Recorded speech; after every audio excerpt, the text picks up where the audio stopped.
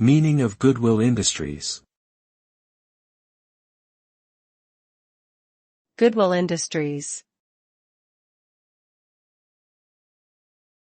Goodwill Industries. Goodwill Industries. Goodwill Industries.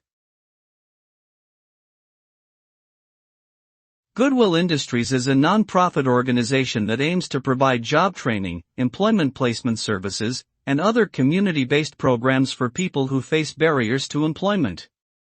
It was founded in 1902 by Edgar J. Helms in Boston, Massachusetts, and has since grown into a global network of independent charitable organizations. Goodwill Industries operates retail thrift stores where donated goods are sold to support its mission and services.